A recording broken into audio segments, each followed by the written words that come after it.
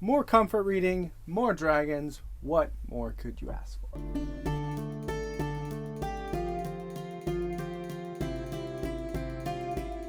Hello, welcome. My name is Pete. This is the Ponderings of Pete, my channel where I talk about books, fantasy, sci-fi, etc. If this is your first time here, thank you so much for coming. I really appreciate it. There's a like button, a comment box thingamajigger, and a subscribe button down below if you want to interact with these. I'd love to have you back to watch more of my videos. And if you're returning, thank you so much for returning. I really appreciate each and every one of you. Everybody go ahead and comment down below if you've read this book, if you love this book, if you're looking forward to reading more of it, more of this series. Yeah, that's about all I have to say, because this is going to be a short, tiny thing. This will be a spoiler-free review for the Memoirs of Lady Trent, number 2, The Tropic of Serpents by Marie Brennan. If you haven't, go ahead and check out my spoiler-free review of the first book right up here. There will be spoilers for the first book in this review that will be referenced. So, Lady Trent, Tropic of Serpents number 2. Lady Trent is going to a country I can't remember the name of because I'm terrible with remembering the country names in these books. I don't even remember what country Lady Trent is from. All I know it's fantasy England. Essentially, she is going down to a fantasy Africa, in my opinion, or maybe Indian coast, something like that. There are 2 different types of terrain that she deals with. One is being on the plains and one being in the jungle. A very specific jungle formed in a crevice with lots of swamps. Very swampy, and there's dragons. As always, it is a comfort read for me. I really enjoy just reading these because of Lady Trent's sass and the kindness that she exhibits and the evolution of the friendships that have been happening in this series.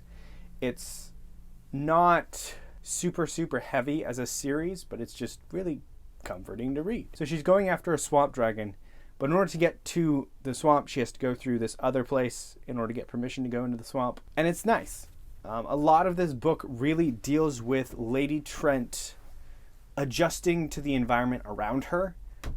There is a lot of her kind of trying to understand the different societies that are around her, because she experiences multiple different societies in this book that she kind of just has to figure out. And she is much more talented at it than she gives her credit for. Or more accurately, because this is a fictional autobiography, Marie Brennan is writing herself in a positive light after she's done with all these exploits. It's kind of Inception-y. There is an element of sassiness towards the newspaper, which is really cool, where she's like, all right, and it's like a bit of a foreshadowing as well, because she's like, well, this was scandalous, and let me tell you actually what happened. That is really funny. Lady Trent exploring these different cultures was a real gem to see. She is much more empathetic that her writing self kind of gives her credit for. She definitely is out of her depth as a foreigner, but she does very well just understanding how cultures work. And she could almost be a sociologist on top of being a naturalist, despite her saying, oh my gosh, people, I'd rather just be around dragons. So that's kind of like a joy to see. And she really desires to be kept out of politics and be a scientist. But she's actually better than she thinks at the whole politics stuff. Her and Thomas, I can't remember his last name, but he definitely starts out the book being referred to as by his last name. But Thomas and her relationship started out rocky in the first book. And I enjoyed seeing the evolution of their relationship as friends, as colleagues and friends. And didn't feel like there was any forced romantic tension into the plot between a male and a female, which was very nice, and I appreciate that, especially considering one of the subplots of this book is her grief over her husband. It is something that feels a little bit pushed to the side, but it also feels like it's something that Lady Trent would push to the side because she doesn't know how to deal with it. So it was pushed aside in a very realistic way. And her child, the son of her dead husband and her, does not make as much of an appearance as I thought he would in this book, but it does make sense. And Lady Trent getting over her feelings about her son and reconciling the grief with her husband and all that sort of thing is something that is explored in this book in a somewhat realistic way. As for dragons, that's probably the part you're wondering the most about, because it's about dragons, right? So we see more of dragons, I think, than the last book, in my opinion, but it's been a couple months since I read that last book. We see multiple different types of dragons, and we see a lot of Lady Trent just kind of theorizing about the dragons.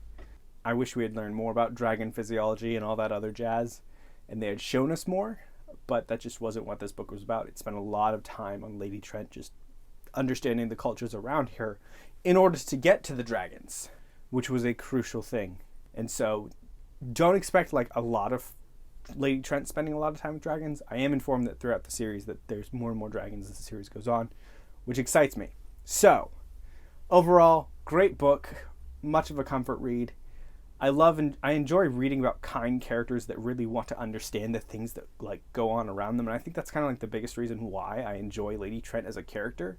It's because she's very much like for science. But in reality, she's a character that's mostly based on for understanding, whether it be like the cultures around her in a scientific way or just dragons in general. She wants to understand. And that is such a heartening thing to read about. Because, you know, I also enjoy understanding things around me, people around me, science around me. So I like her character a lot. Thanks so much for watching, and I'll be putting more of these out, and then I'll have a series review at the end. If you like this video, like it, all that jazz, and comment if you've read the series. Like, keep the comments coming. What do you think about this book if you've read it? Thank you so much. Have a great rest of your night, and make sure to get some rest, because that is super, super important.